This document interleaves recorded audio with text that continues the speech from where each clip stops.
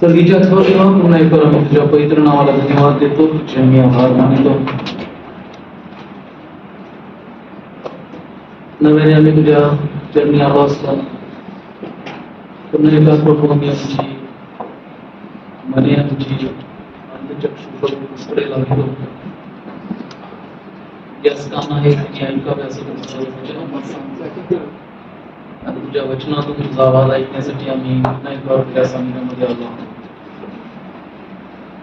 येणाऱ्या दिवसांमध्ये प्रभू ज्या गोष्टी घडून येणार आहेत, ज्या गोष्टी घडणं आवश्यक आहे, त्यामध्ये प्रभू आम्हाला काय शिकवास मिळत आहे. तुझ्या वचनातून तू आम्हाला दाखवत आहेस, प्रकट करत आहेस. प्रभू ते समजून उमजून आम्हाला त्या प्रकारे करता यावं हीसाठी या ठिकाणी मागणी करतो.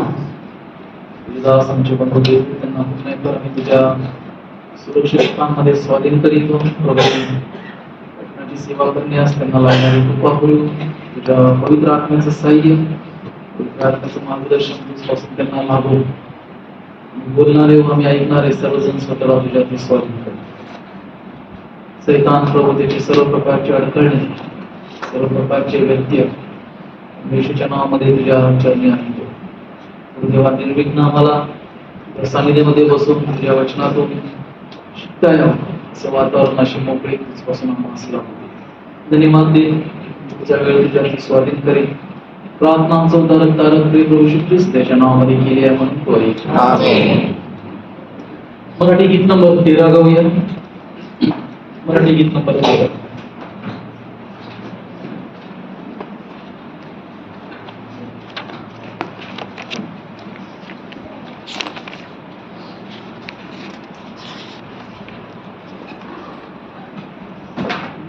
मंगल चिंतन मंगल दर्शन मंगल गुणगान मंगल चिंतन मंगल दर्शन मंगल गुणगान मंगल सेवा मंगल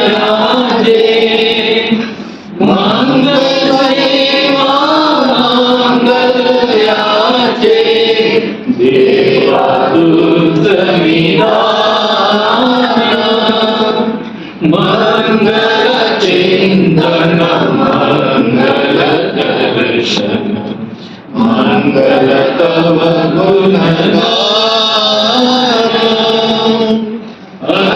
अंतर्यामी कार्यवरती मागे पुढती ओमी अंतर्यामी कार्यवरती मागे पुढती ओमी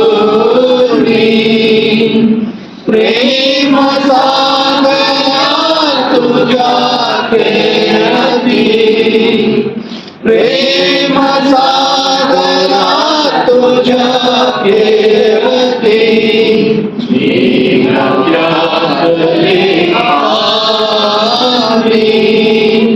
मंगल चिंतन मंगल दर्शन मंगल तव गुणगान एक महेंद्र हे गिरी ईश्वरी सेना दिसे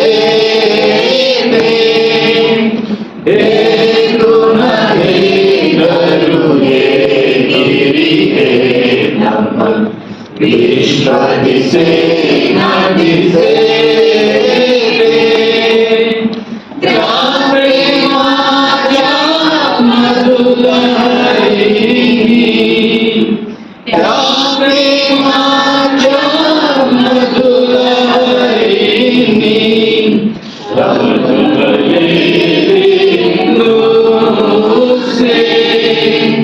मंगल चिंतन मंगल दर्शन मंगल तव गुणगान मी तव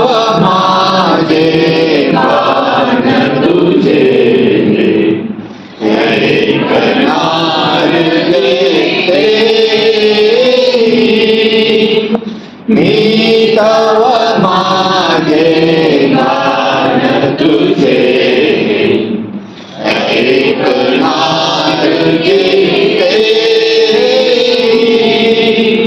तुझेच देवा तुझेच तू हे तुझेच देवा तुझेच तू हे स्वामिया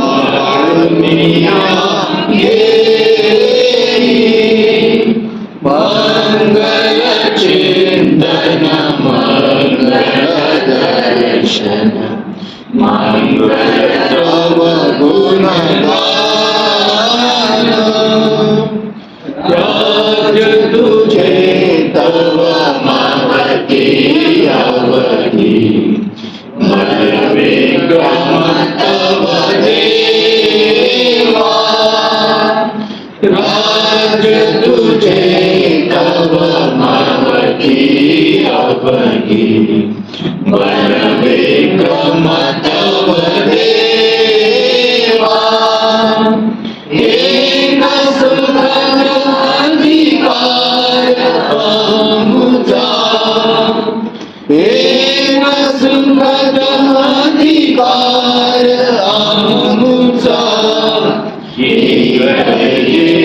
तव सेवा मंगल चिंतन मंगल दर्शन मंगल तव गुणगान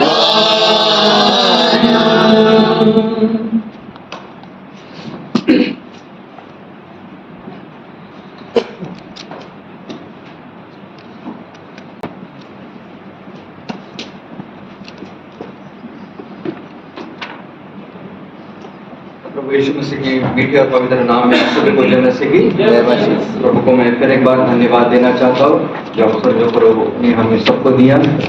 और ये जो प्रॉब्लम अभी हमारे सामने आया था ये शायद आपके लिए पहला रहेगा लेकिन मेरे लिए हमेशा रहता है ऐसे प्रॉब्लम। जब भी रेवोल्यूशन की किताब जहाँ पर सीखने को जाता हो हमेशा कुछ न कुछ ऐसे प्रॉब्लम आता है कि एक ऐसी किताब है जो शैतान कभी नहीं चाहता है लोग सुने, लोग पढ़े और लोग उसके समान चले हमेशा। लेकिन परमेश्वर या प्रभु हमेशा चाहता है इस किताब को पढ़े, सुने और उसके अनुसार चले। इसके लिए ऐसे प्रॉब्लम हमेशा मैंने कई साल से देखे ऐसे बड़े बड़े प्रॉब्लम आते हुए। लेकिन प्रभु को धन्यवाद दे दें, भले वहां पर नहीं है लेकिन यहाँ पर प्रभु ने सारी चीजें ठीक कर दी। इसके लिए प्रभु के नाम की महिमा रहे। एक दिन आने वाला है इस पृथ्वी के ऊपर, वो दिन हमारे कैलेंडर में हमें नहीं मालूम कब आएगा लेकिन वो दिन जरूर आएगा जब प्रभु यीशु मसीह बाद स्वर्ग में से उतरेगा और बादलों पर आएगा और कलीसिया जो आज नीचे हम और आप हैं हम स्वर्ग में उठाए लेके जाएंगे। वो इतिहास में या कैलेंडर में एक बड़ा दिन, एक महत्वपूर्ण दिन और एक बड़ी घटना होने वाली है। ये कभी भी हो सकता है, कभी भी यानी कभी भी। अभी इस वक्त भी ये चीज हो सकती है लेकिन कई साल के पहले हम सबको मालूम है नील आर्मस्ट्रांग और बस आल्ड्रिन दोनों जन चांद के ऊपर चले गए। जाने के बाद में कुछ दिन के बाद में वापस इस पृथ्वी के ऊपर आए। आने के बाद में लोग कहने लगे इस पृथ्वी के ऊपर सबसे बड़ी घटना यही हुई है, पृथ्वी का व्यक्ति चांद के ऊपर चला गया। और तब ये दोनों को पता चला कि ऐसे खबर न्यूज में या लोग बोल रहे हैं और न्यूज फैल रही है। तब उन्होंने पूरी दुनिया को कहा ये घटना सबसे बड़ी नहीं है कि मनुष्य पृथ्वी के ऊपर का मनुष्य चांद के ऊपर चला गया। ये सबसे बड़ी घटना नहीं है। सबसे बड़ी घटना 2000 साल पहले हुई है। वो है परमेश्वर जो स्वर्ग में था वो मानव रूप धारण बन के इस पृथ्वी के ऊपर आया। वो सबसे बड़ी घटना इतिहास में यानी जब से पृथ्वी शुरू हुई है तब से लेकर अब तक बनी है। हाँ विश्वास की ओर सबसे बड़ी घटना वही है कि प्रभु यीशु मसीह जो स्वर्ग में था वो खुद परमेश्वर था, लेकिन परमेश्वर मनुष्य बनकर इस पृथ्वी के ऊपर आया और हमारे खातिर उसने अपनी खुद की जान दे दी और हमें उसने बचाया। यही सबसे बड़ी घटना हमें बाइबल में और इतिहास में हमें देखने को मिलती है। अगर आप ध्यान देकर प्रभु यीशु मसीह का जन्म के बारे में अगर आप देखोगे ना, प्रभु यीशु मसीह का जन्म और मृत्यु, जन्म के समय अगर आप देखोगे प्रभु यीशु मसीह की वजह से इतिहास के दो भाग हुए, बीसी एंड एडी। ये किसके वजह से? कोई एक व्यक्ति की वजह से नहीं, लेकिन जो परमेश्वर मनुष्य बन के आया उसकी वजह से इतिहास के दो भाग हुए। यानी उसके जन्म की वजह से, जन्म के द्वारा इतिहास के दो भाग हुए। जब प्रभु यीशु मसीह उस सूली के ऊपर था, सूली के ऊपर था, तब प्रभु यीशु मसीह जब मर गया, मरने के समय में उस पर्दे के भी दो भाग हुए। जन्म के समय इतिहास के दो भाग हुए, मृत्यु के समय उस पर्दे के दो भाग हुए, और जो बीच में जो डिवीजन था वो निकल गया। अब इंसान परम पवित्र स्थान में जा पाया। लोगों ने उस दिन परम पवित्र स्थान देखा जो कभी नहीं देख पाते थे, अपने जीवन में उन्होंने कभी नहीं देख पाए, वो उस दिन उस समय उन्होंने देखा। यानी इसका मतलब क्या होता मालूम? प्रभु यीशु मसीह की वजह से डिवीजन हुआ, इतिहास का डिवीजन, पर्दे का डिवीजन, और वो मार्ग जो बंद था कई साल से वो उस दिन खुल गया। कोई मेरे लिए लूक उसका दूसरा अध्याय 14वां पद कोई पढ़ेगी? लूक 2:14।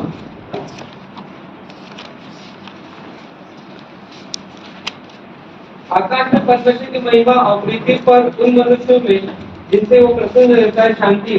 शांति वहां पर लिखा है ऑन अर्थ पीस। कहां पर?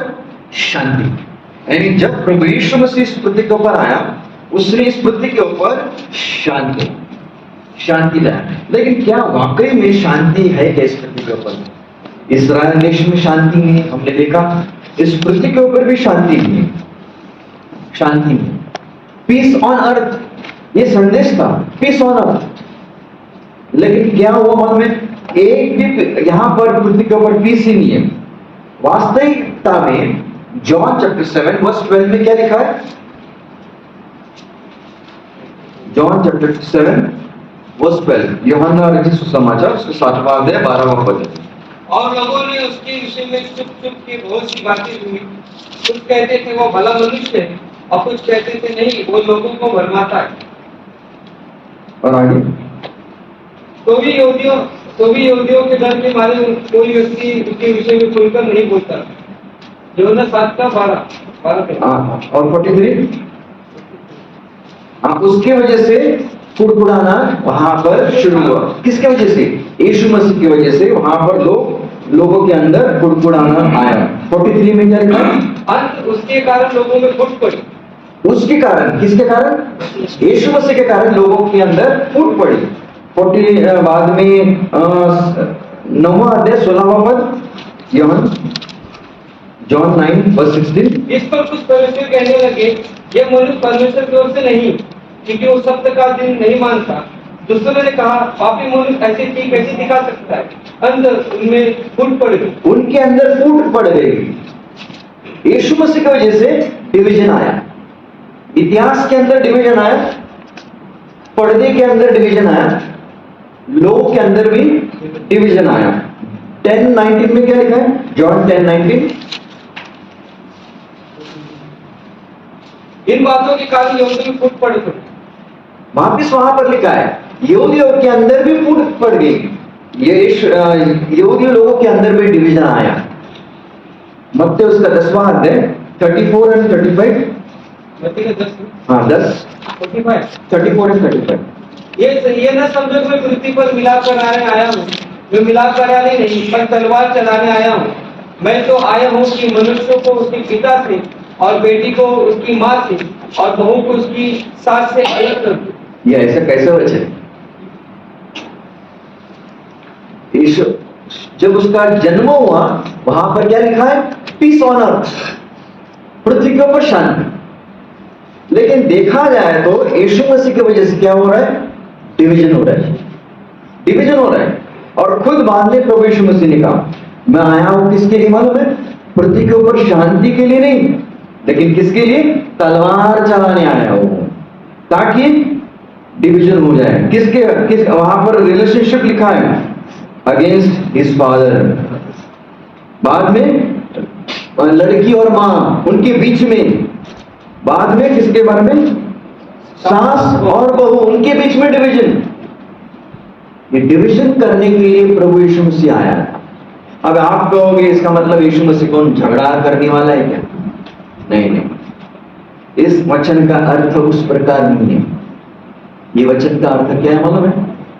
अभी समझो, फॉर एग्जाम्पल ये शायद for example brother Pawar, sister और उनकी बेटी एना, इन लोग 3 जने। समझो फॉर एग्जाम्पल ये तीनों हिंदू है, तीनों हिंदू है, अविश्वासी है, और कुछ कारण उनके पास जो समाचार आया और सिस्टर ने यीशु मसीह के ऊपर विश्वास किया। सिस्टर ने यीशु मसीह के ऊपर विश्वास किया, मगर उनकी लड़की और ब्रदर उन्होंने विश्वास नहीं किया। वो कौन है? अभी भी हिंदू है, लेकिन ये सिस्टर प्रभु में है, प्रभु में है। अब क्या होगा मालूम है? इनके रिलेशनशिप में क्या होगा मालूम है? फूट पड़ेगा, झगड़ा होगा। तो यहीं पर है, वहां पर क्या है? कुछ नहीं, इनके अंदर डिवीजन आएगा। और यही प्रॉब्लम आज पूरे पृथ्वी के ऊपर है। आज ऐसे परिवार के अंदर आपको मिलेगा, भाई विश्वासी रहता है और उसकी औरत अविश्वासी रहती है। इसके कारण झगड़ा अभी भी चल रहा है। कभी कभी बच्चे प्रभु में आते हैं और माता पिता अविश्वासी, वहां पर भी वही प्रॉब्लम है। और कितने सारे लोग, कितने हस्बैंड अपने, कई ऐसे परिवार हमें दिखाई देता है, वाइफ सिर्फ प्रभु में है और उसका हस्बैंड और भी वही पीछे अविश्वासी है, और उसका वाइफ ये हस्बैंड उसको मारता है। तो प्रभु में क्यों गए? डिवीजन। और ये डिवीजन क्यों हो रहा है? यीशु मसीह की वजह से। यानी यीशु मसीह ने शुरुआत से इस पृथ्वी के ऊपर वही काम किया। लेकिन ये डिवीजन अच्छा है, ये डिवीजन है अच्छा है, क्योंकि हम वहां पर थे, पहले हम भी वहां पर थे अविश्वासी, लेकिन प्रभु ने हमें वहां से निकालकर हमें विश्वासी बनाया। और हमको अभी डिवीजन, हम डिवाइड है, ये लाइन डिवाइड है।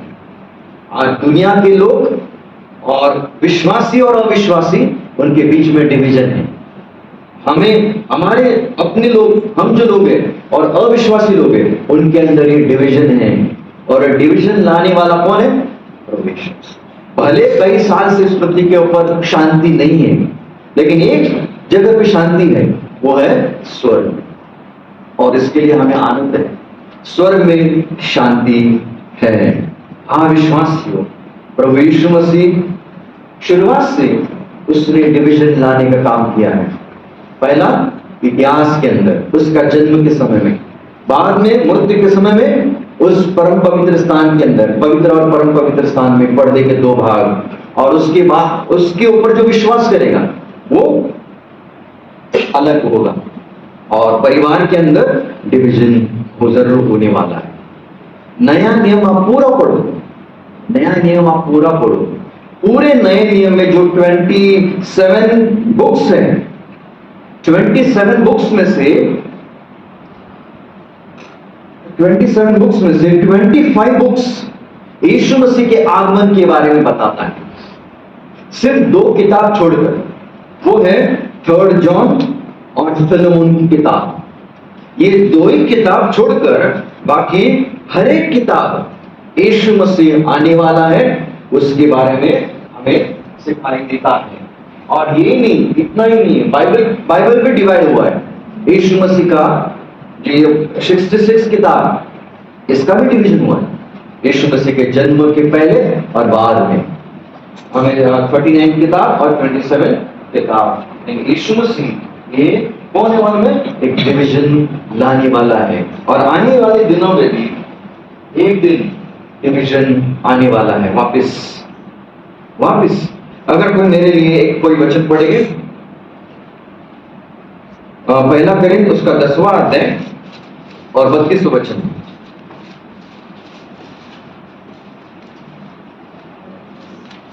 तुम ना तो यहूदी ना यूनानी और ना परमेश्वर की कलीसिया के ठोकर के कारण हो।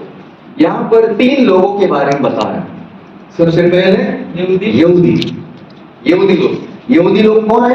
परमेश्वर के चुने हुए लोग हैं, गॉड्स चोजन पीपल। दूसरे लोग कौन है? यूनानी यानी जेंटाइल, अविश्वासी, अनसेव्ड पीपल। और तीसरा ग्रुप भी है, कौन है? कलीसिया, रिडीम पीपल, छुड़ाए हुए लोग।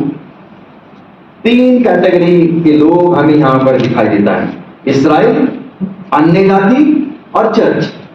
और आज दुनिया के अंदर यही 3 कैटेगरी है, चर्च यानी हम और आप जो विश्वासी लोग हैं, अन्य जाति अविश्वासी लोग हैं, और इस्राएल जो यहूदी लोग हैं।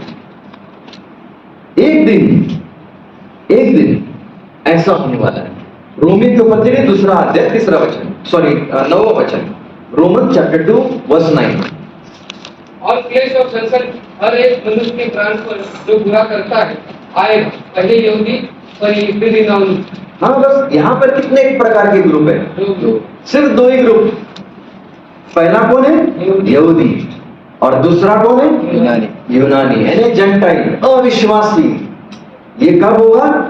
जब हमारा प्रभु यीशु मसीह आएगा और अपनी कलीसिया को जब वो उठा के लेके जाएगा। एक बार कलीसिया स्वर्ग में चली गई, इस पृथ्वी के ऊपर कौन रहने वाला है? ये 2 ग्रुप, इस्राएल यानी यहूदी लोग और अन्य जाति के लोग। यही 2 ग्रुप इस पृथ्वी के ऊपर रहने वाले हैं, और ये जल्दी ही होने वाला है। कब होगा हमें नहीं मालूम, लेकिन तुरंत ये डिवीजन होने वाला है।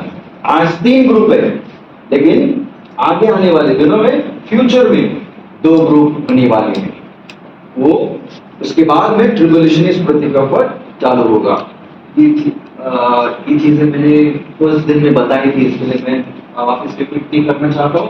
फ्यूचर में क्या क्या होगा, कैसे हमें समझ में आता है। ह्यूमन वे, बाद में डिमोनिक वे और डिवाइन वे, ये हमने देखा था।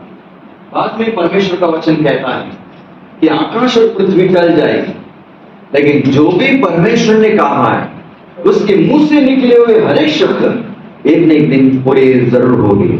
इसमें कोई गुंजाइश नहीं, इसमें कोई डाउट नहीं है, ये जरूर पूरा होगा। यहाँ पर मैंने ये सारे वचन भी लिखे हैं, थोड़ा सा जल्दी जाएगी। हमने देखा था इसके बारे में, लास्ट डेज। और लास्ट डेज की शुरुआत कहां से हुई? बाइबल में सबसे पहला लास्ट डेज के बारे में अगर आप उत्पत्ति 49 वर्स 1 में आओगे, वहां पर में लिखा है, उत्पत्ति जेनेसिस 49 वर्स 1। याकूब ने अपने पुत्रों को ये कहकर बुलाया, इकट्ठे हो जाओ, मैं तुमको बताऊंगा कि अंत के दिनों में तुम पर क्या क्या बीतेगा। याकूब के मुंह से निकले हुए शब्द है लास्ट डेज। पहली बार बाइबल में लास्ट डेज यहां पर आता है, और आखिरी बार 2 पत्रस 3:3 में भी आपको मिलेगा लास्ट डेज। लेकिन जब पत्रस खड़ा हुआ, पत्रस ने बताया लास्ट डे, इसके बारे में भी संदेश दिया on the day of Pentecost. उसके बारे में वो कह रहा है प्रेरित काम 2:17 में, लास्ट डेज में। वहां पर क्या लिखा है? प्रेरित काम 2:17। परमेश्वर कहता है कि अंत के दिनों में ऐसा होगा कि मैं अपना आत्मा सब मनुष्य पर उगलूंगा, और तुम्हारे बेटे और तुम्हारी बेटियां भविष्यवाणी करेंगी, और तुम्हारे जवान दर्शन देखेंगे, और तुम्हारी पुरनिया स्वप्न देखेंगी। लास्ट डेज में ये सारी चीजें होंगी, और इसकी शुरुआत कहां से हुई? हमने कल भी देखा था, यीशु मसीह ने जब अपनी सेवा शुरू की तब पेंटिकॉस्ट का दिन आया, तब एंड लास्ट डेज कहां से शुरू हुआ? कई 2000 साल से शुरू हो रहा है, और हर एक दिन एक आखिरी का दिन है। जब सूरज उगता है तब वो बताता है ये शायद आखिरी दिन रहेगा हमारे लिए, कलीसिया के लिए। जब रात सूरज डूबता है तो वो ही बताता है कलीसिया के लिए शायद वो आखिरी दिन रहेगा। हमें नहीं मालूम कब आखिरी दिन रहेगा, लेकिन एक चीज मैं बताना चाहता हूं, कई साल के पहले परमेश्वर ने नबियों को भेजा। इस पृथ्वी के ऊपर परमेश्वर ने प्रॉफिट्स को भेजा, और लोगों ने प्रॉफिट्स को मार दिया। जब परमेश्वर ने नबियों को भेजा, लोगों ने नबियों को मार दिया। परमेश्वर ने वापस अपना एकलौता बेटा प्रभु यीशु मसीह उसको भी भेज दिया 2000 साल पहले, और लोगों ने उसको भी मार दिया। लेकिन कभी भूलना मत, परमेश्वर ने पेंटिकॉस्ट के दिन में अपना आत्मा को भेज दिया, आत्मा को भेज दिया। बस वो लास्ट है। अभी फिर एक बार कोई आएगा नहीं, ना ही परमेश्वर कोई भेजेगा। अब आएगा अपना एकलौता बेटा प्रभु यीशु मसीह आएगा, अपनी दुल्हन के लिए कलीसिया को उठा के लेने के लिए वो आने वाला है। इसके लिए प्रभु यीशु मसीह ने यहाँ प्रकाशित वाक्य में हमें कई बार दिखाई देता है, Behold I come quickly। 3:11 में लिखा है Behold I come quickly, देखो मैं आ रहा हूं। 22:7 में लिखा है Behold I come quickly। 22:12 में भी लिखा है Behold I come quickly, और 22:20 में भी लिखा है Surely I come quickly। Bible में जो भी एक बार लिखा है वो महत्वपूर्ण बात है, जो भी 2 बार लिखा है वो ज्यादा महत्वपूर्ण है, और जो भी 3 बार लिखा है ना वो सबसे महत्वपूर्ण बात है। लेकिन ये चीज प्रभु ने 1 बार नहीं, 2 बार नहीं, 3 बार नहीं, 4 बार। शायद हम लेटर लिखते हैं टू यानी और पूरा मैटर लिखते हैं, बाद में हमारा नाम खुद का डालते, बाद में हम क्या करते मालूम है? उसको सील करते, स्टैंप लगाते। यस, यही 3 बार कहा पर प्रभु ने Behold I come quickly, Behold I come quickly, Behold I come quickly, और आखिर में प्रभु ने स्टैंप लगाया Surely I come quickly। या आखिरी में जब प्रभु ने कहा वो एक स्टैंप लगाया हुआ समान ये वचन है, मैं जरूर आऊंगा, इसमें कोई डाउट नहीं। कई साल के पहले एक जवान लड़का बाइबल कॉलेज से निकला, उसका पूरा कोर्स हुआ 3 साल का, 20 से 21 साल का लड़का कोर्स करके बाहर निकला, पूरा कंप्लीट हुआ, और एक चर्च ने उसको इनविटेशन दिया, हमारे चर्च में आओ और प्रचार करो। पहली बार वो बाहर जाएगा और प्रचार करने वाला है, और इस प्रकार का स्टेज ही था। वो यहां पर चला गया स्टेज के ऊपर खड़े रहने के लिए, और डर गया। और उसका जो मैसेज था किसके ऊपर मालूम है?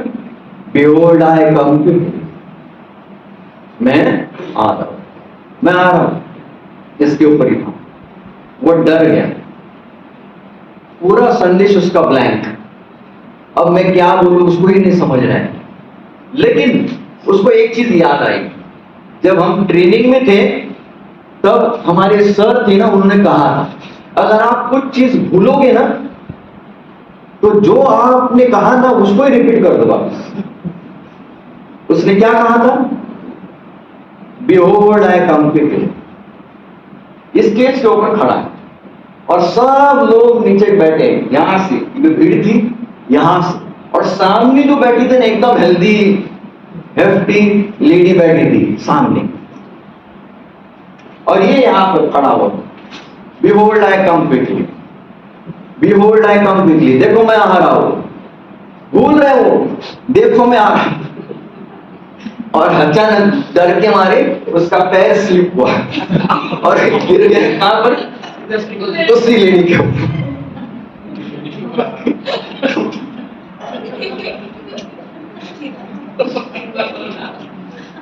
दोनों उठ गए। उठने के बाद वो लड़का बोला सॉरी सॉरी आंटी सॉरी। वो लेडी बोले अरे तेरी गलती नहीं है, मेरी गलती है, क्योंकि तू 3-4 बार बोला बिहोल्ड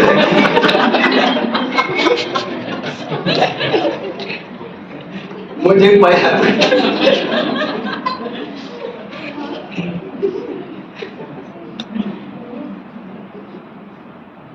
यीशु मसीह ने भी 4 बार बोला behold surely I come quickly, और जो उसने कहा है वो जरूर होने वाला है।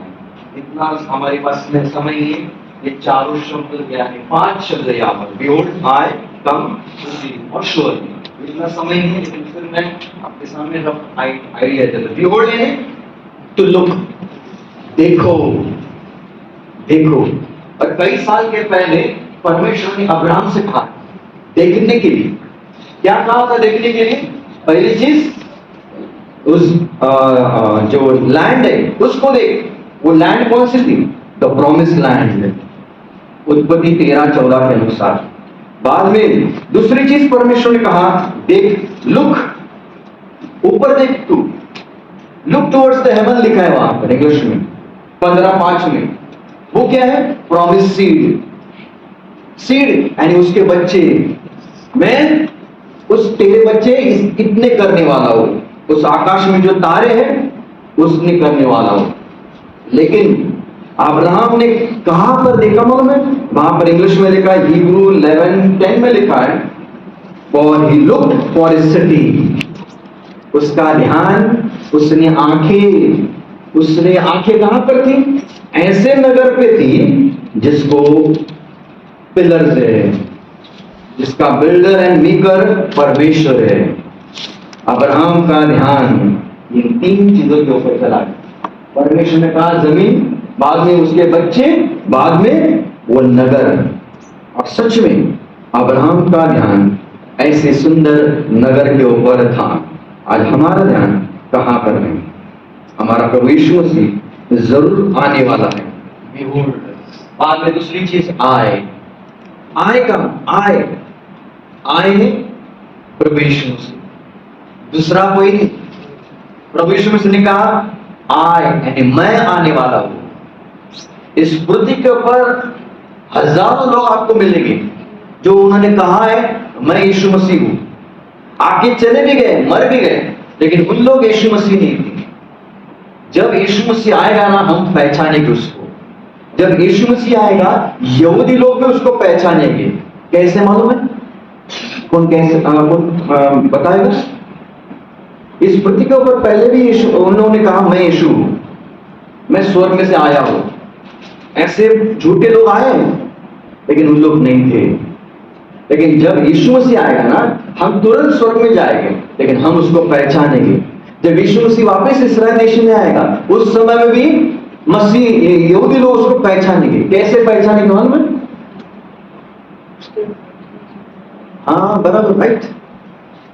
उसके हाथ में जो छेद रहेंगे, उसके पैरों के ऊपर भी वो छेद रहेंगे। जैसे थोमा ने छेदों को देखा, उसी प्रकार हम एक चीज, जब भी ऐसा कोई आएगा ना, हमेशा तो क्या तेरे हाथ में छेद रहेगा? नकली यीशु मसीह आके चले गए और आज भी रह गए, और आज भी है जो कहते हैं खुद को मैं यीशु, लेकिन उनके हाथ में छेद कभी नहीं मिलेंगे। लेकिन हमारा प्रभु यीशु मसीह जब आएगा तब उसके हाथ में छेदे मिलेगा, आपको पैरों के ऊपर भी छेदे मिलेंगे। इसके लिए वही आय कौन है? I am that I am, मैं जो हूं मैं। उत्पत्ति निर्गम 3:14 के अनुसार वही है वो परमेश्वर जिसने कई साल के बाद में कहा था I am the bread, I am the light, I am the door, I am the good shepherd, मैं पुनरुत्थान और जीवन में हूँ, मार्ग सत्य जीवन में हूँ, और मैं बेटी हूँ। ये सारी चीजें प्रभु यीशु मसीह ने कहा I, और वही वापस प्रभु यीशु मसीह प्रकाशित वाक्य में भी इस्तेमाल कर रहा है, मैं आ रहा हूँ। तीसरी चीज कम, और प्रभु यीशु मसीह ने ये लगभग कई बार यानी 11 बार इस शब्दों का इस्तेमाल इन वचनों के अंदर किया है। आप बाद में आप पढ़ सकते हो। कौन आ रहा है? प्रभु यीशु मसीह आएगा। कई साल के पहले एक बड़े प्रभु के दास थे और उनको एक इनविटेशन आया प्रचार करने के लिए या मीटिंग लेने के लिए। वो गए, एयरपोर्ट के ऊपर रुके और एक गाड़ी आई, कार आई। कार में से एक व्यक्ति उतरे। उन्होंने कहा, क्या आप उनका नाम लिया, मिस्टर ब्राउन, आप ही हो? उसने कहा हाँ। उसने तुरंत उसका लगेज लिया, कार में रखा और चला गया। ये जो प्रभु के दास से थोड़ा सरप्राइज हुए, ऐसे क्या, मुझे लिया ही नहीं उसने, मेरा लगेज लेके चला गया। डर भी गया वो, मेरा लगेज कोई चोर तो नहीं है। तुरंत 2 मिनट के बाद में और एक बड़ी गाड़ी आई, बड़ी कार आई और एक उतरा। उसने कहा, ब्रदर चलिए इस कार में बैठिए। वो बैठा। ये कौन था मालूम है? जिस व्यक्ति ने इसको इनविटेशन दिया था वही था। उसने कहा, ये पहला वाला व्यक्ति कौन है जिसने मेरा लगेज लेके चला गया? उसने कहा, वो हमारे घर में काम करता है, या ड्राइवर भी है हमारा। लगेज लेने के लिए उसने किसको भेजा? ड्राइवर को भेजा। लेकिन उस व्यक्ति को लेने के लिए कौन आया? खुद मालिक ही आया। प्रभु चाहता तो दूतों को भी भेज सकेगा हमें लेने के लिए ऊपर, लेकिन दूत नहीं आएंगे, 4 प्राणी नहीं आएंगे, 24 प्राचीन भी नहीं आएंगे हमें लेने के लिए। कौन आने वाला है? हमारा खुद प्रभु यीशु मसीह। आई कम, मैं आने वाला हूं, इसके लिए दूसरा कोई आने वाला नहीं है। और आखिरी में वहां पर लिखा है, क्विकली, बिहोल्ड आई कम क्विकली। क्विकली यानी रैपिडली या फास्ट। और पांचवा वहां पर शब्द है श्योरली यानी इसके अंदर डाउट नहीं है, जरूर वो आने वाला है। इसमें कोई कभी शक मत करना कि नहीं आएगा, वो जरूर आएगा। इसके लिए आपको कई बार आपको ये शब्द मिलेंगे, the time is eight hand, the time is eight hand. समय निकट है, समय निकट है। अभी भी सुबह बोल रहे थे, किसी ने कहा, सिस्टर ने कहा, ब्रदर ने कहा, समय 3 दिन कैसे निकले, 3 दिन कैसे निकले पता ही नहीं। टाइम इज एट हैंड, 3 दिन में 2000 साल कैसे निकले कभी पता नहीं चला।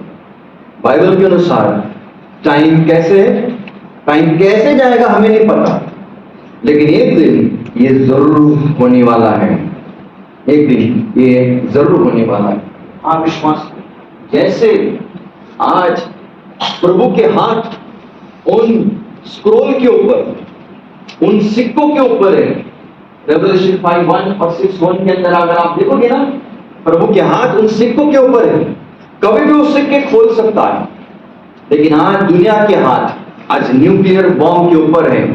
कभी वो बटन दबाएगा और पूरे पृथ्वी के ऊपर कई बॉम्ब ब्लास्ट भी हो सकते हैं। उसके बारे में हम बाद में इवनिंग सेक्शन में हम देखने वाले हैं। हाँ, विश्वासी हो, प्रभु यीशु मसीह का आना कितना निकट है। इसके लिए नए नियम में सिर्फ 2 ही किताब के अंदर लिखा नहीं है यीशु मसीह के आने के बारे में, 3 जॉन और फिलिप्पी।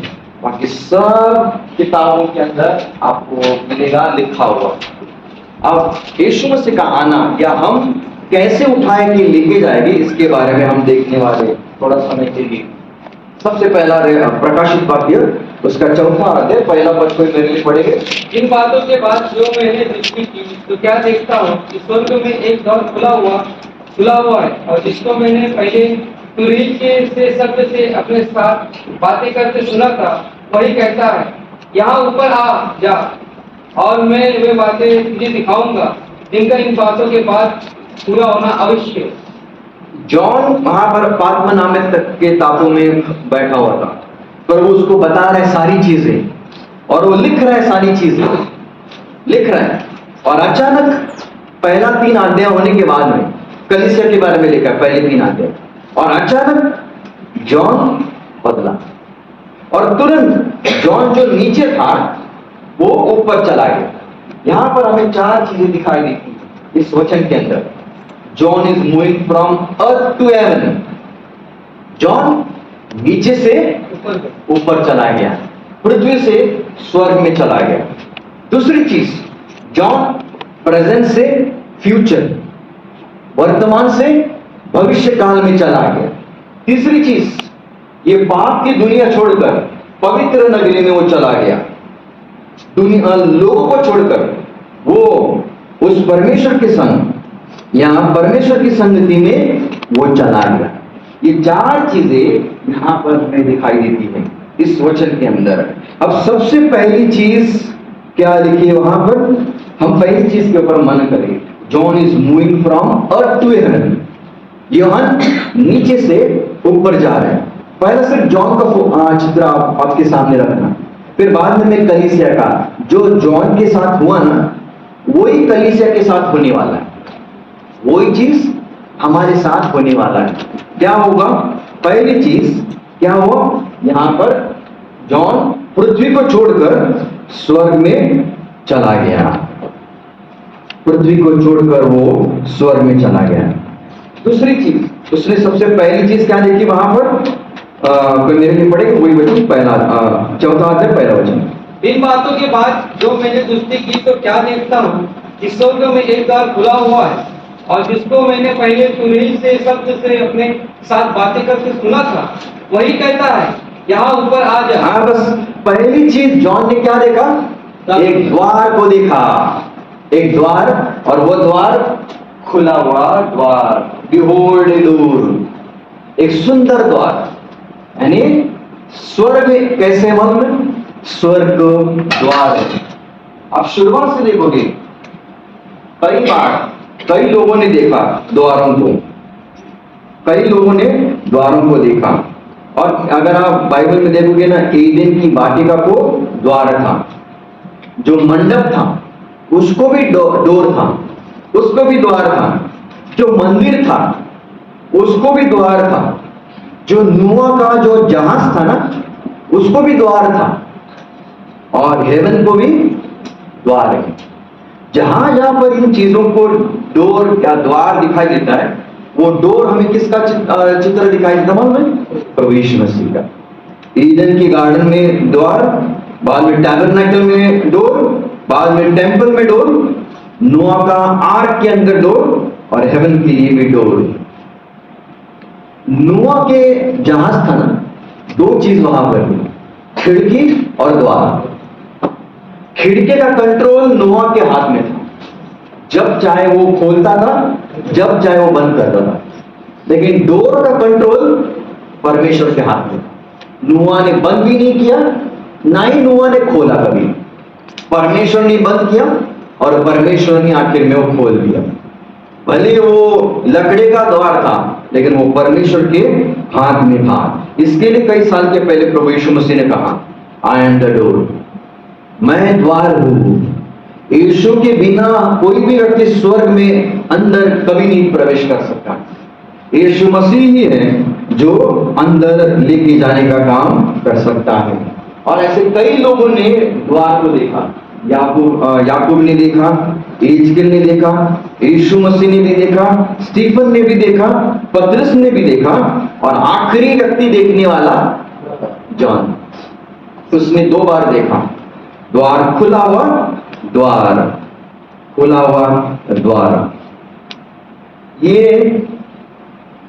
ये द्वार क्यों खुला मालूम है? ताकि जॉन उस द्वार से अंदर जाए। जॉन जो नीचे से ऊपर चला गया, अभी अंदर जाने के लिए खुल गया। लेकिन रेवलेशन 19:11 में द्वार खुल गया। किसके लिए मालूम है? स्वर्ग में जो सेना है और यीशु मसीह है और उसकी दुल्हन है, वो वापस आने के लिए खुल गया। यानी ये द्वार खुलने वाला है कलीसिया के लिए। वापस एक बार द्वार खुलने वाला है कलीसिया नीचे आने के लिए, हमारे लिए। स्वर्ग का द्वार वापस सेकंड टाइम खुलने वाला है। इतना ही नहीं, बाद में दूसरी चीज जॉन ने देखा। क्या है? एक ट्रम्पेट का आवाज उसने सुना ट्रम्पेट का आवाज। अपनी आंखों से जॉन ने क्या देखा? द्वार को देखा, स्वर्गीय द्वार को देखा। अपने कानों से जॉन ने स्वर्गीय तुतारी का आवाज सुना। Beholding the heavenly door, John's eyes. John की आंखों ने द्वार को देखा, जॉन के कानों ने उस ट्रम्पेट के साउंड को सुना। विश्वासियों, यहूदी लोग में ट्रम्पेट कुछ विशेष कारण के लिए बजाया जाता था। लड़ाई शुरू होने के पहले या लड़ाई जीतने के बाद भी ट्रम्पेट उस समय बजाया जाता था। रोमन के टाइम पे जब कैसर आने के पहले ट्रम्पेट बजाया जाता था। और यहां पर भी हमें दिखाई देता है जॉन ने क्या सुना? ट्रम्पेट। अभी याद रखना, डोर, ट्रम्पेट, याद रखना कि कुछ बातें हैं जो हम बाद में देखने वाले हैं। तीसरी चीज इसी वचन के अंदर एक दिखाई देता है, बिहोल्ड द इन्विटेशन। एक आमंत्रण जॉन को मिला, और वो आमंत्रण देने वाला कौन है? खुद प्रभु यीशु मसीह। और क्या आमंत्रण है? ऊपर आ जा। जॉन पूरी रीति से ट्रांसफर हुआ, नीचे से ऊपर चला गया। उसने द्वार को देखा, उसने कानों से वो सुनी, और तुतारी का आवाज सुना, और उसने और एक आवाज को सुना, ऊपर आ जा, ऊपर आ जा।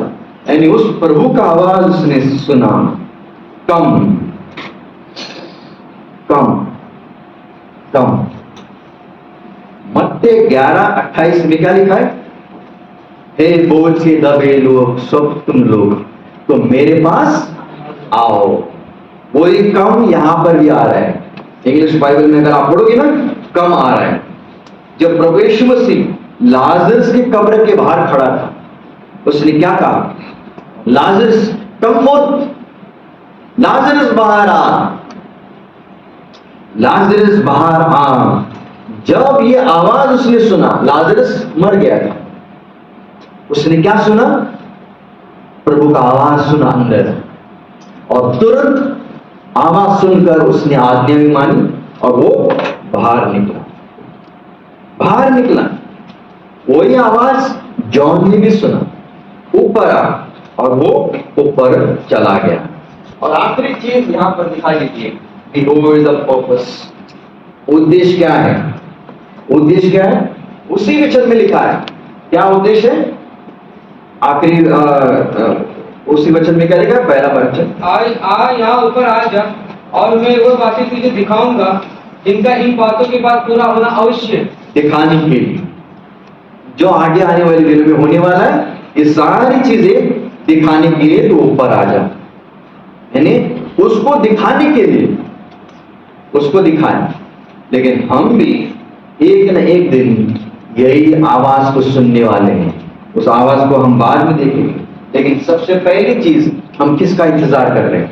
प्रभु यीशु मसीह का। और प्रभु यीशु मसीह का आने के लिए हम एक शब्द का इस्तेमाल करते हैं, वो है रैप्चर। रैप्चर, और बाइबल में रैप्चर ये शब्द नहीं, लेकिन हाँ उसका अर्थ मीनिंग है, और कई मीनिंग है, और उन मीनिंग को जानना बहुत जरूरी है। सबसे पहला उसका मीनिंग है, तो मेरे लिए पहला फैसली,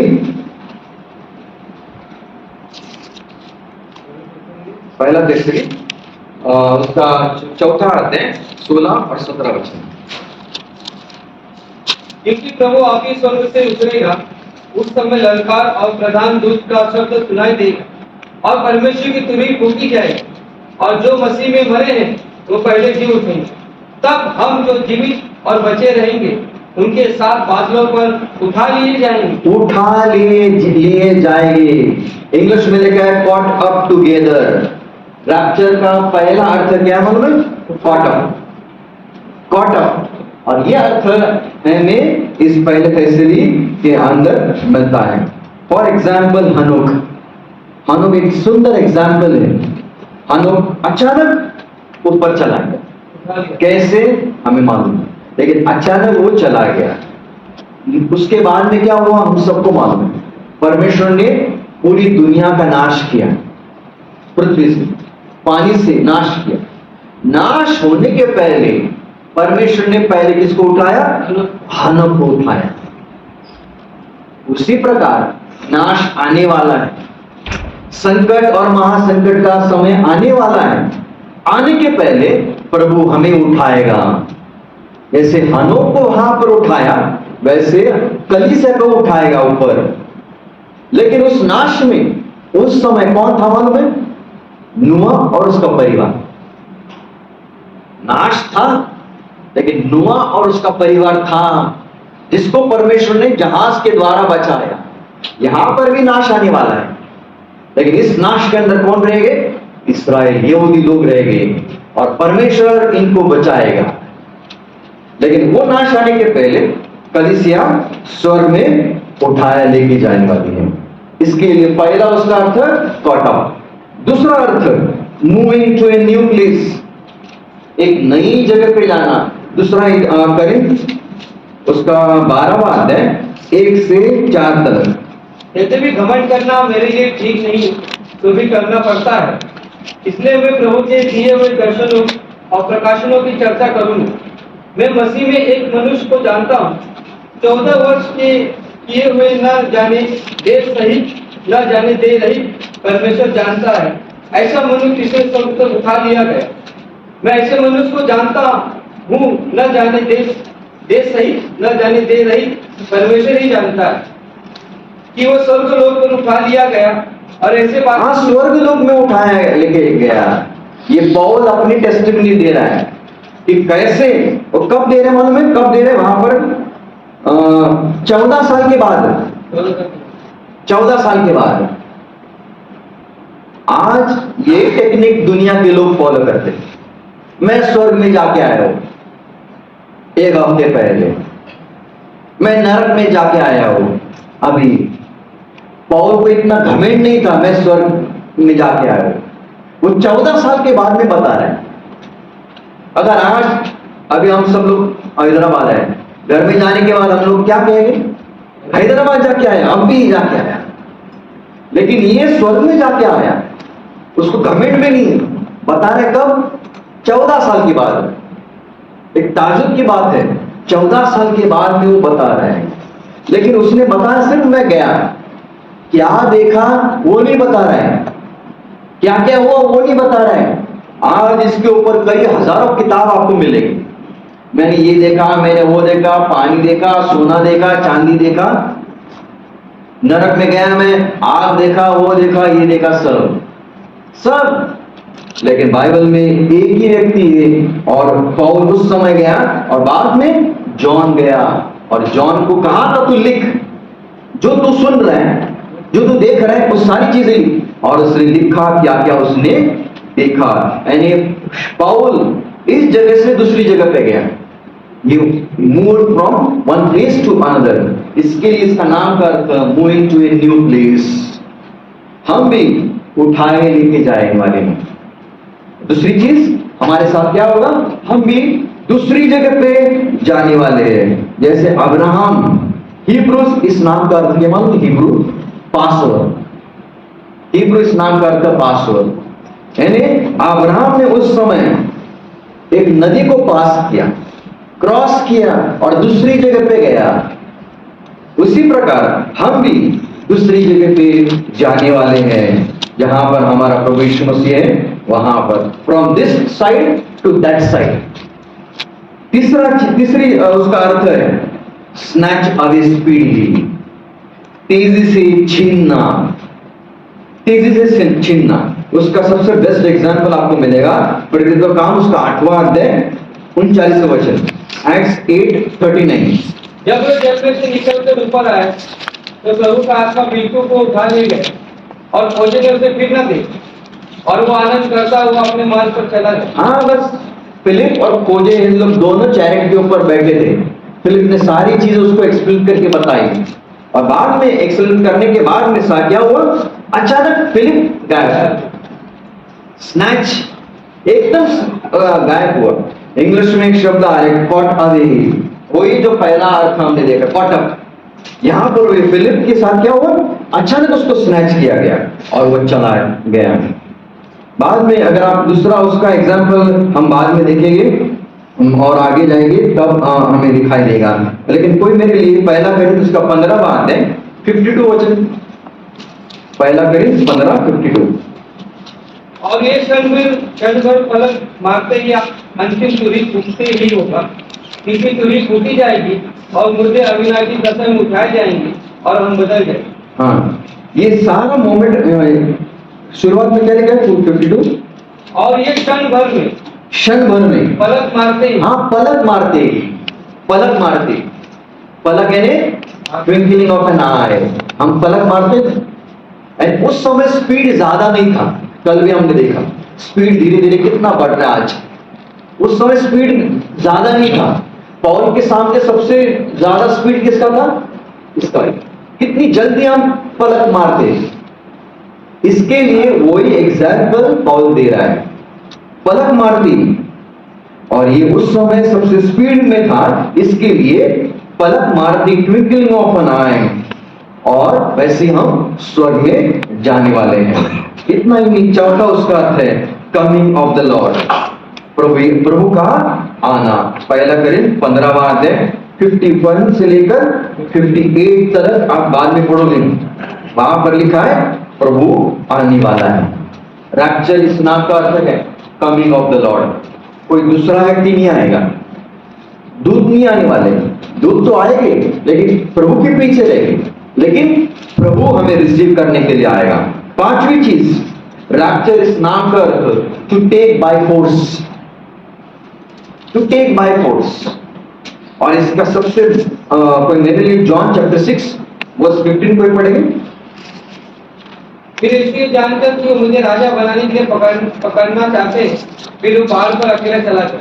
हाँ, इंग्लिश में सुंदर लिपि से लिखा है वहां पर, when Jesus therefore preserved that they would come and take him by force, by force लिखा है, बलपूर्वक। यानी उनको मालूम था प्रभु यीशु मसीह ने चमत्कार किया और ये 1000 लोगों को जो खाना दिया, उन लोग क्या कर, उनकी क्या इच्छा थी मालूम है, यीशु मसीह को हम राजा बनाएंगे।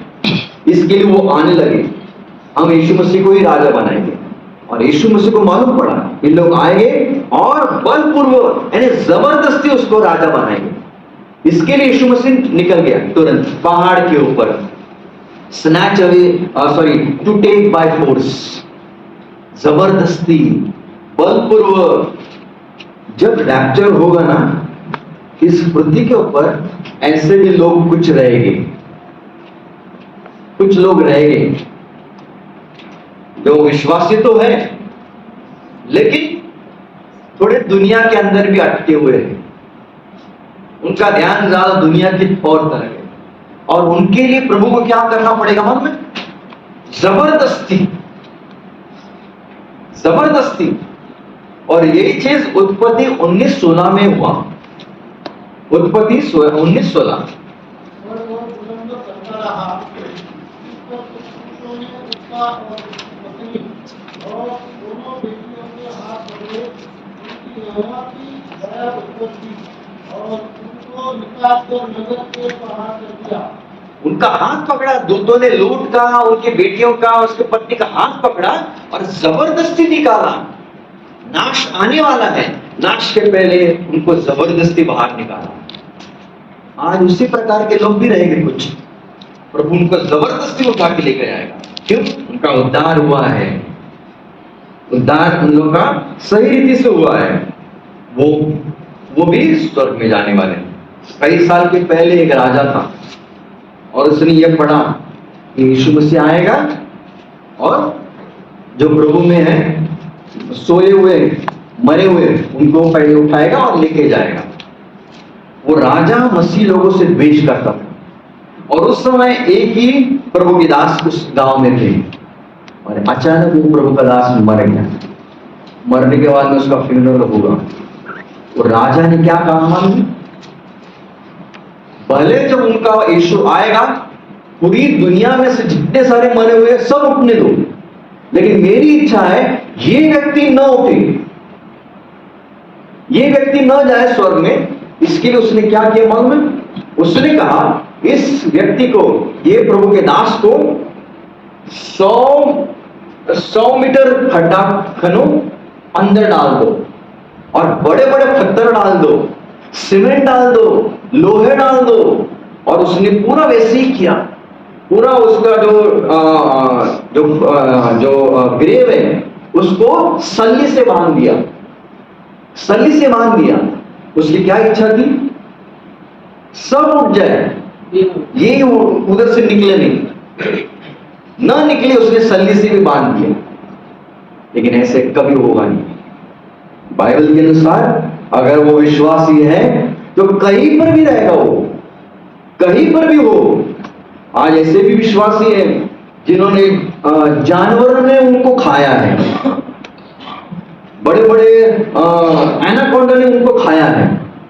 बाइबल के अनुसार जो भी विश्वासी है एक न एक दिन मोड़ने वाले हैं। छठवां उसका अर्थ है ग्रेट जॉय, आनंद, ग्रेट जॉय। हाँ विश्वासियों, थोड़े समय के लिए आंसू है आज, लेकिन हमारे सामने बहुत बड़ा आनंद है, बहुत बड़ा आनंद है। कभी कभी विश्वासियों को लगता है हमारे जीवन में इतना संकट, मुसीबतें, तकलीफें क्यों है? दुनिया के ऊपर, दुनिया देखो वो अविश्वासी है, कितना गंदा काम करते हैं, लेकिन उनके जीवन में इतनी तकलीफ नहीं है। हमारे जीवन में इतनी तकलीफ क्यों है? हमारे जीवन में क्यों है मालूम? क्योंकि हमारे सामने बहुत बड़ा आनंद भरा हुआ है और इटर्निटी के लिए। लेकिन दुनिया के लोगों के लिए आज उनकी आंखों में आनंद रहेगा, आज उनके जीवन में सब कुछ रहेगा, लेकिन कल और अनंत काल के लिए उन लोग रोने वाले हैं, उन लोग दांत पीसने वाले हैं, उन लोग रोने वाले हैं। उनके सामने भयानक यातना आने वाली है। धन्य हैं हम, भले आज दुख है। इसके लिए भजन संहिता 30:5 में लिखा है, थोड़े समय के लिए रात तक शायद आंसू रहेंगे, लेकिन सुबह क्या आता है? आनंद। आनंद। एक दिन जब प्रभु यीशु मसीह आएगा तो सुबह का दिन रहेगा, हम आनंद में जाने वाले हैं कि अंधेरा सब चला जाएगा। यीशु मसीह के जन्म के समय में वहां पर क्या लिखा है? लूक 2:10 में ग्रेट जॉय लिखा है, ग्रेट जॉय। मत्ती 2:10 में भी लिखा है ग्रेट जॉय, ग्रेट जॉय। बाद में मत्ती 28:8 में ग्रेट जॉय, वापिस वही शब्द आता है। लूक 24:52 में भी लिखा है ग्रेट जॉय। ये ग्रेट जॉय हमारे सामने है, आनंद हमारे सामने है। हाँ विश्वासियों, ये सारे अर्थ है। और आखिरी में रैप्चर इस नाम का अर्थ टू रेस्क्यू फ्रॉम डेंजर, यानी जो पीड़ा, जो दुख, जो यातना, उसमें से परमेश्वर बाहर निकालने वाला है। उसके लिए रेफरेंस अगर आप देखना चाहते हो, प्रेरितों का उसका 30वां अध्याय 10वां पद, एक्स 23:10। जब झगड़ा हुआ तो बलदेव के सरदार ने की देव को उनके टुकड़े में कर डाले और तो आपने भी उतर कर उनको उनके बीच में से जबरदस्ती निकाले और गली ले जाए। यहाँ पर बहुत बड़ा झगड़ा हुआ और वहां पर बहुत बड़ा प्रॉब्लम क्रिएट होने वाला था पौल की वजह से, लेकिन परमेश्वर ने पौल को वहां से निकाल दिया और पौल का जीवन बच गया। इस समय वही है, बड़ा प्रॉब्लम आने वाला है, लेकिन प्रभु हमें बचाने वाला है। किस प्रकार हम देखेंगे बाद में, किस प्रकार प्रभु बचाएगा। आइए हम देखेंगे किस प्रकार रैप्चर होगा, how the rapture will happen. हमने सिर्फ एक पिक्चर देखा जॉन का। जॉन अचानक वो नीचे से ऊपर चला गया, उसने देखा, उसने सुना। क्या सुना? ट्रम्पेट का आवाज तो सुना। अब यहां पर किस प्रकार है? अब ये कई ऐसे वचन हमारे सामने मैंने यहाँ पर रखे, आप बाद में पढ़ सकते हो। ये सारे वचन रैप्चर के बारे में ही बताते हैं। आइए हम उसके बारे में देखेंगे और सीखेंगे किस प्रकार रैप्चर होने वाला है। 3 चीजें रैप्चर के टाइम होगी। ये कब होगा? अभी भी हो सकता है, कल भी होगा, परसों 20 साल की बाद भी हो सकता है, लेकिन जब भी होगा ये 3 चीजें होने वाली हैं। पहला मेरे लिए पहला तैसेली 4 अध्याय 16-17 कोई पढ़ेंगे? क्योंकि प्रभु आपकी स्वर्ग से उतरेगा और उस समय सरकार और प्रधान दूत का शब्द सुनाई देगा और परमेश्वर की पूरी स्तुति जाएगी और जो मसीह में मरे हैं जो पहले से उठेंगे, तब हम जो जीवित और बचे रहेंगे उनके साथ बादलों पर उठा दिए जाएंगे कि हवा में प्रभु से मिले और इस रीति से हम सदा प्रभु के साथ रहेंगे। ये 3 वचन 3 चीजें यहाँ पर लिखी है।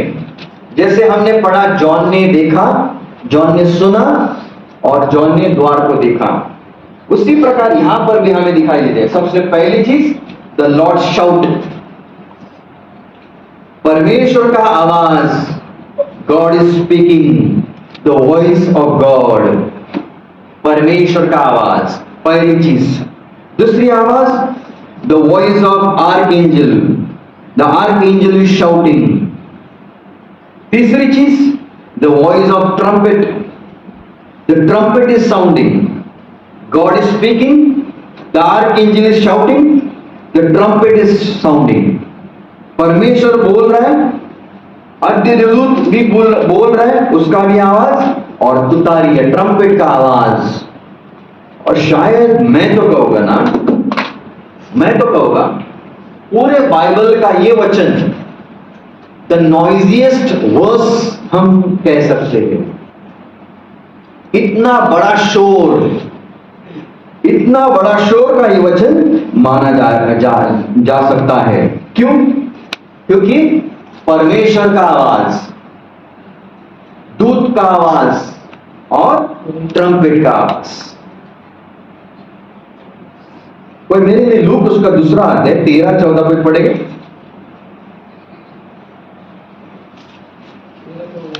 हाँ, 13-14। तब एकाएक उस स्वर्गदूत के साथ स्वर्गदूतों का दल परमेश्वर की स्तुति करते हुए और ये कहते दिखाई दिया, आकाश में परमेश्वर की महिमा और पृथ्वी पर उन मनुष्यों में जिनसे वो प्रसन्न है शांति हो। जब यीशु मसीह पहली बार इस पृथ्वी के ऊपर आया, बच्चा बनकर उसका जन्म हुआ ना, तब हमें दिखाई देता है स्वर्ग में से दूत उतरे, धन्यवाद किया, आनंद किया, उन्होंने गीत भी गाया, यानी आनंद हर्ष आवाज दिखाई देता है। यीशु मसीह का पहली बार जब आया, आवाज, शोर, दूतों का आवाज। उसी प्रकार जब प्रभु यीशु मसीह फिर एक बार कलीसिया के लिए आएगा, वहां पर भी हमें आवाज दिखाई देता है। जैसे यहाँ पर ट्रम्पेट, गॉड एंड आर्कएंजल 3 आवाज दिखाई देते हैं, उसी प्रकार हमें दिखाई देता है Trinity, God the Father, God the Son and God the Spirit. God the Father, God the Spirit and God the Son. Trinity. आज पिता कहां पर है? स्वर्ग में। पुत्र कहां पर है? स्वर्ग में। पवित्र आत्मा कहां पर है? मालूम? हमारे पिता इस पृथ्वी के ऊपर है। पुराने नियम में पवित्र आत्मा आता था और जाता था। एक कोई व्यक्ति पाप किया तो पवित्र आत्मा निकलता था। शाऊल के जीवन में देखो, उस गलत काम किया, पवित्र आत्मा ने उसको छोड़ दिया। इसके लिए भजन संहिता Psalm 51 में दाऊद कह रहा है, पवित्र आत्मा मुझसे न निकाल। उसको मालूम था अगर मैं और ज्यादा पाप करूंगा तो शायद पवित्र आत्मा निकल भी जाएगा। पुराने नियम में पवित्र आत्मा एक व्यक्ति के अंदर आता था और जाता भी था। सैमसन के ऊपर आया और चला गया, गिदोन के ऊपर आया और चला गया। हमेशा वही चीज आपको देखी।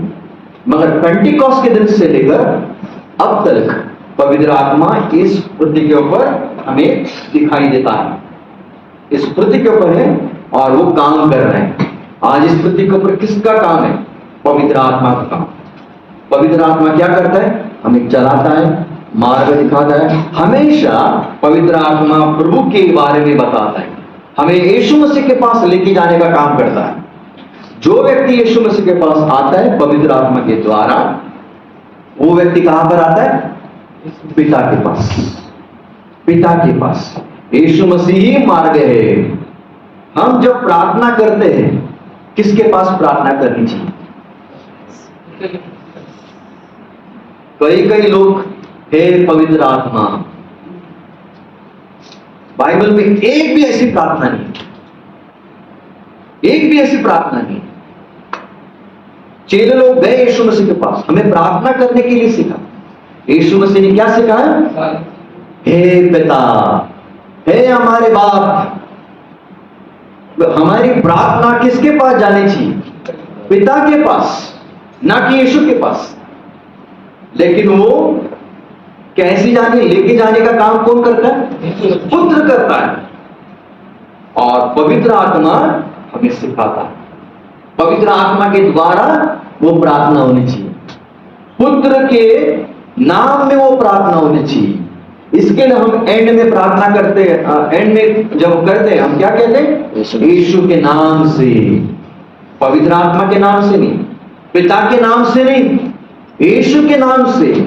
और जो प्रार्थना यीशु के नाम से हम फॉरवर्ड नहीं करेंगे, वो कभी भी पिता के पास कभी नहीं जाएगी, कभी भी नहीं जाएगी।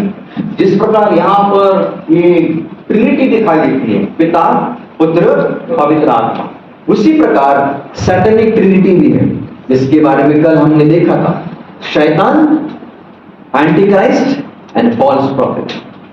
6 एंड 6 वही नंबर है तीनों के लिए, शैतान के लिए, एंटी क्राइस्ट और ये फॉल्स प्रॉफिट। वही नंबर हमें वहां पर दिखाई देता है। अभी लॉर्ड शाउट वहां पर हमें दिखाई देता है। किस प्रकार होगा ये सब मैंने डिटेल में स्टडी लिया था, तब मैंने कहा था। लेकिन एक चीज है, लॉर्ड शाउट हमने देखा 3 चीजें, ट्रम्पेट, आर्कएंजल और गॉड स्पीकिंग। लॉर्ड शाउट यूहन्ना को क्या कहा? आंख ऊपर आ, 4:1 में, रेवलेशन 4:1 में। यानी परमेश्वर अपने पुत्र को कहेगा, पुत्र को कहेगा। जब भी प्रभु यीशु मसीह ने किसी को उठाया ना, तो सिर्फ उसने स्पर्श नहीं किया, उसने कहा कि उसके शब्द में पावर है। उसने याईर की कन्या को कहा, उसने नील गांव विधवा थी उसके बेटे को कहा उठ। लाजरस को उठाने के पहले नाम लेकर उसने कहा। यानी उसके शब्द में हमें पावर दिखाई देता है। यीशु मसीह के शब्द में हमेशा आपको पावर मिलेगी। और वो पावर कौन सी? मालूम है? जीवन देने की, नया जीवन देने की पावर हमें मिलेगी। दूसरी चीज आपको मिलेगा आर्कएंजल। आर्कएंजल इज शाउटिंग, अद्देदूत। अद्देदूत कौन है? कौन बोल सकता है कौन है उसका नाम? आर्कएंजल कौन है? बाइबल के अनुसार, बाइबल के अनुसार अनकाउंटेबल एंजल्स है, लेकिन उसमें से सिर्फ बाइबल में 2 ही एंजल का नाम लिखा है, वो है गैब्रियल और मिखाएल। गैब्रियल एक मैसेंजर है। यीशु मसीह के जन्म के समय में हमें गैब्रियल दिखाई देता है, वो संदेश देने का काम कर रहा है। वहां पर मिखाएल नहीं दिखाई देता है जन्म के समय में, लेकिन अभी मिखाएल, अभी मिखाएल। मिखाएल एक लड़ाई करने वाला एंजल है, एक अच्छा या साइलेंट एंजल गैब्रियल। उसका संदेश देने का काम अच्छा काम है, लेकिन इसका काम लड़ाई करना, शैतान के विरोध में जाना। और ऐसे जब ट्रिबुलेशन के समय में, संकट के समय में मिखाएल का बहुत बड़ा हाथ रहेगा, बहुत बड़ा हाथ उस समय रहेगा। इसके लिए अगर आप देखोगे ना, यहूदा उसका पहला अध्याय 9वां वचन में भी लिखा है, yet the Mikhail the archangel, वहां पर ये नाम उसका आता है। और वो कौन है? अद्य देवदूत, अद्य देवदूत। तीसरी चीज, the trumpet of the sound. तीसरी चीज हमने क्या देखी? ट्रम्पेट। यहाँ पर ट्रम्पेट के बारे में हमने देखा, पहला तहसीरी 4 अध्याय 16 और 17 वचन में हमने देखा ये ट्रम्पेट के बारे में। जॉन ने भी क्या आवाज को सुना? तुरही की आवाज, ट्रम्पेट का आवाज उसने सुना। इस्राएल लोग जब यात्रा करते थे, जब उनको जर्नी शुरू करनी है, तब ट्रम्पेट बजती थी। चलो अभी अब आगे जाने वाले। अब उन लोग तंबू उखाड़ते थे, लेते थे और आगे निकल जाते थे। यानी जब उनको आगे बढ़ना है, तब ट्रम्पेट हमेशा बजता था। अब हमें भी आगे जाना है, नई जगह पे जाना है, स्वर्ग में जाना है, तो क्या बजने वाला है? ट्रम्पेट ही बजने वाला है। हाँ विश्वासियों, अगर आप देखोगे क्या होगा मालूम? ये सारी चीजें अब मैं आपके सामने एक चलन आइडिया देना चाहता हूं।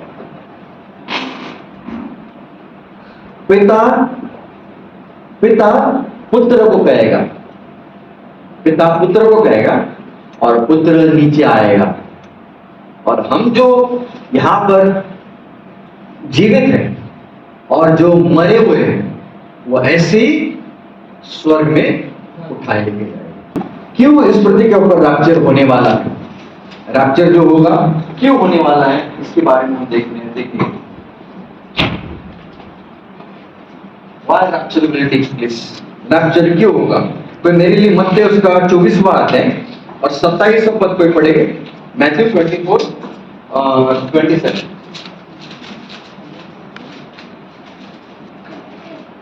गिरती जैसे बिजली पूर्व से निकलकर पश्चिम तक चमकती है, वैसे ही मनुष्य के पुत्र का भी आना होगा।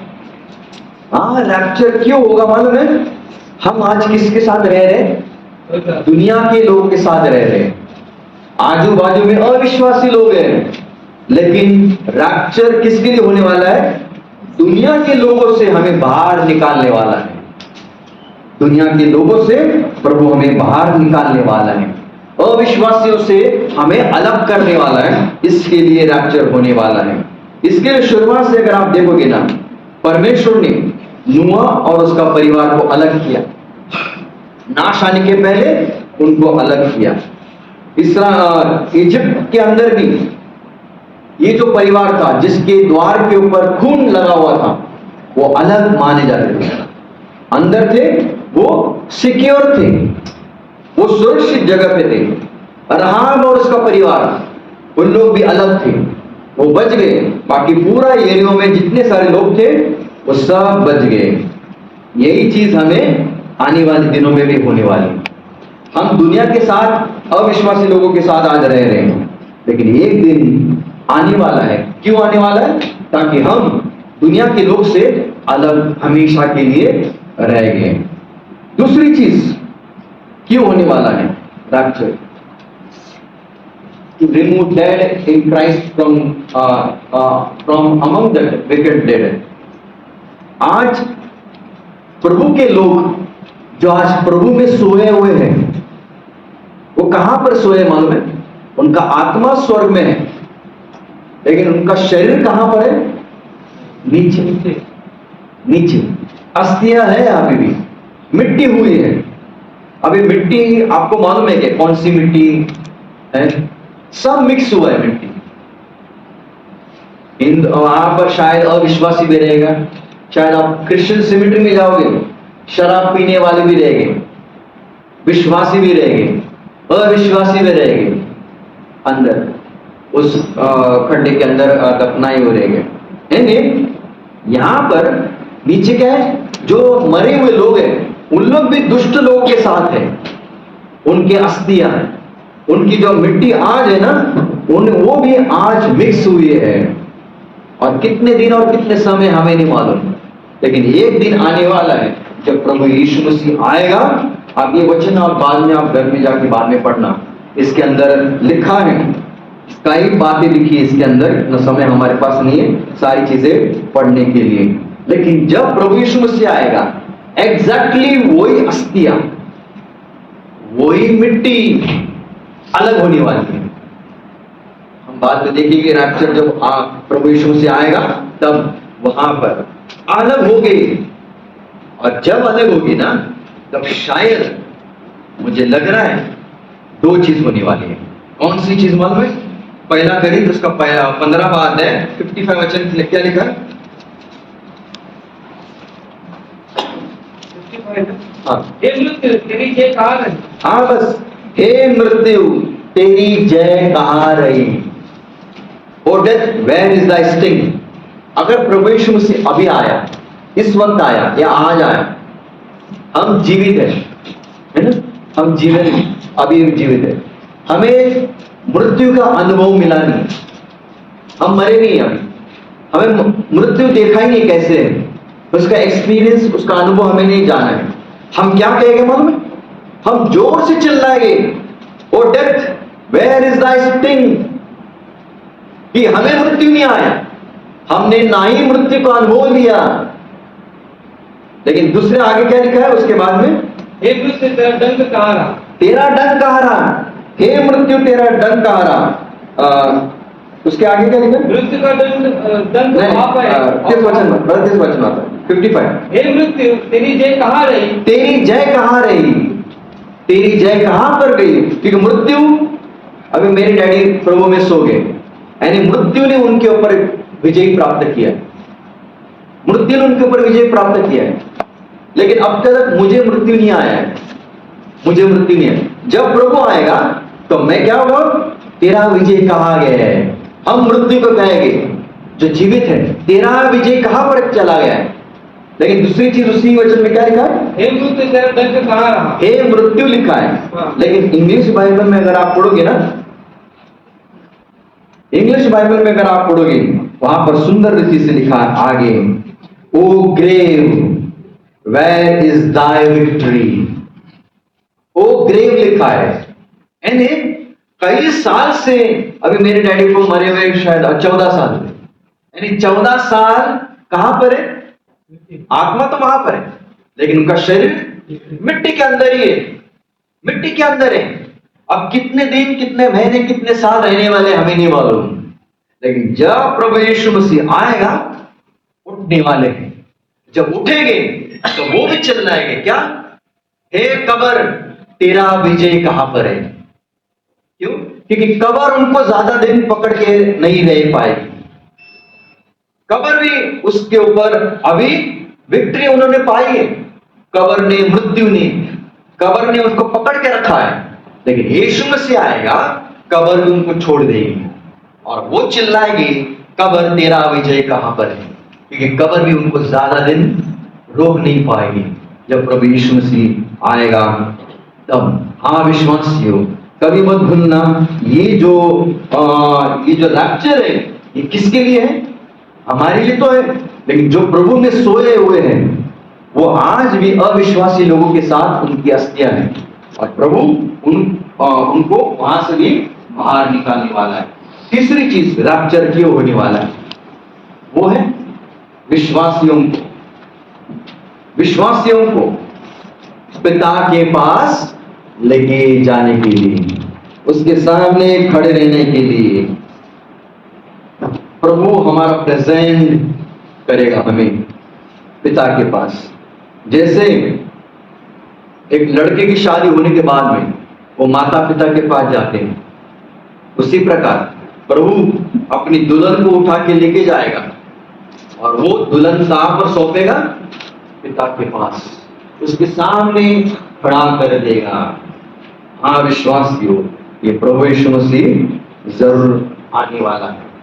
अब ये रैप्चर कब होगा? कब होगा रैप्चर?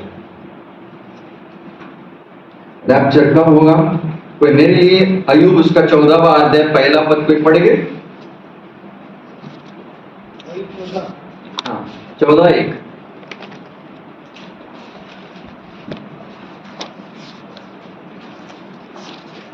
मनुष्य जो स्त्री से उत्पन्न होता है वो थोड़े दिनों का और दुख से भरा रहता है। थोड़े समय के लिए है, 60, 70, 80 दिन, थोड़े समय के लिए। और वो शुभोपदेशक 7:1 में क्या लिखा है? Ecclesiastes 7:1।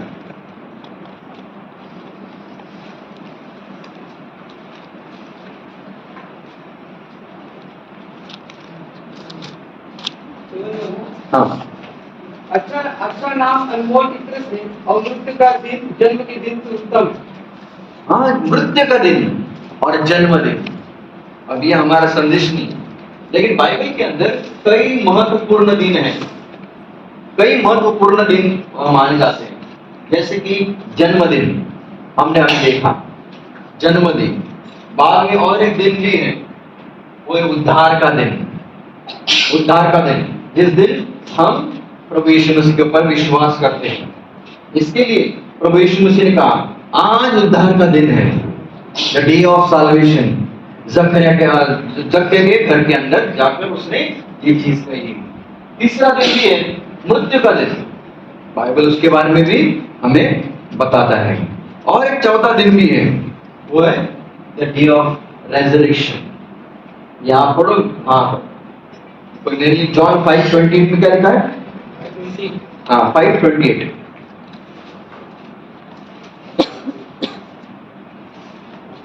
इससे अच्छा बात के लोग उनकी ओर समय आता है कि इसलिए कब्रों में है, वे उसका शब्द सुनकर निकल आएंगे। हाँ, कब्र में है, उन लोग भी शब्द उसका सुनेंगे। लाजरस ने सुना, लेकिन एक दिन आने वाला है, सब सुनने वाले हैं उसका शब्द। जॉन ने सुना, पौल ने सुना, लाजरस ने सुना। एक दिन हमारे प्रिय प्रभु के जो लोग हैं, हमारे शायद रिश्तेदार जो प्रभु में सोए हैं, उन लोग भी सुनने वाले हैं। मार्था ने भी कहा, 11वां अध्याय यूहन्ना 11:24 में क्या लिखा है?